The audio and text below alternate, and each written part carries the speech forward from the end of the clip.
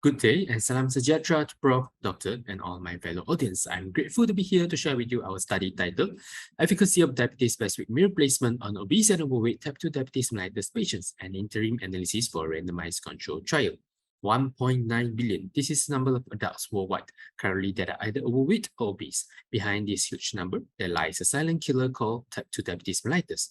Obesity is closely linked to type 2 diabetes mellitus, as obesity is that causes insulin resistance.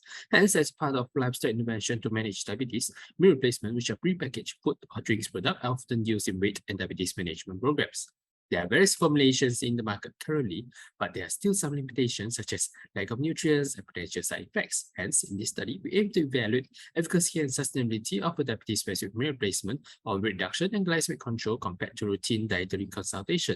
So, this is an ongoing study in which the study design is randomized control trial, where we will be recruiting 156 participants from HUKM outpatient clinic, randomized equally into two groups. The control group will be receiving diet consultation, focusing on topics such as carbohydrate counting, healthy food plate Malaysia, and physical activity recommendation, while intervention group will receive the same dietary consultation on top of a 12 weeks intervention with a nutritionally balanced diabetes-specific partial meal replacement. The participants will be asked to place one meal for 5 days per week, supplying 327 kilocalories each meal for 12 weeks before coming back for post-intervention. For our current interim analysis of 44 participants, intervention group has shown statistical and clinically significant improvement in HbA1c levels as compared to baseline, which is a reduction of 0.56%. Intervention group also has a bigger reduction in fasting plasma glucose as compared to control group. For lipid profile parameters, we can also see an overall improvement, though the changes are not significant. Moving to body composition, body weight is been reduced by about 0.95 kg in the intervention group, and both groups have reduced their fat percentage and fat mass significantly, with the intervention group experiencing a larger reduction. There are no significant group and time interactions observed overall. So, we can see that the significant reduction in HbA1c is in concurrence with other study results which utilize meal replacement, especially from big studies such as Look Ahead and Direct Study.